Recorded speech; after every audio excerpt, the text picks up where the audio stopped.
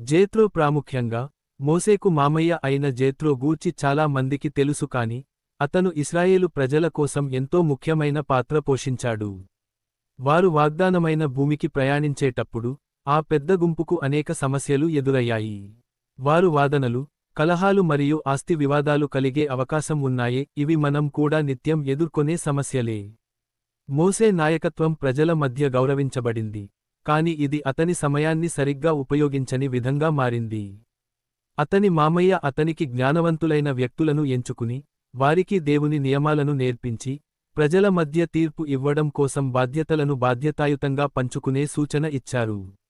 జేత్రో ఇచ్చిన ఈ జ్ఞానపూర్వకమైన సలహా ఇశ్రాయేలు జాతీయ విధానాన్ని మార్చి, దీనితో అది చాలా సమర్థంగా పనిచేయగలిగింది. మీరు ఎలా ఊహించగలరు, అలా ఎంత అలసిపోతున్నది?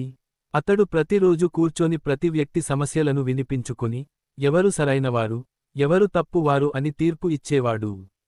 మోసే నాయకత్వాన్ని ప్రజలు చాలా గౌరవించారు, కాని ఇది అతని సమయాన్ని సరిగ్గా ఉపయోగించడంలేదు. అతని మామయ్య అతనికి జ్ఞానవంతులైన కొంతమంది వ్యక్తులను ఎంచుకుని, వారికి దేవుని నియమాలను నేర్పించి, ప్రజల మధ్య తీర్పు ఇవ్వడానికి బాధ్యతలను పంచుకోవాలని సూచించారు.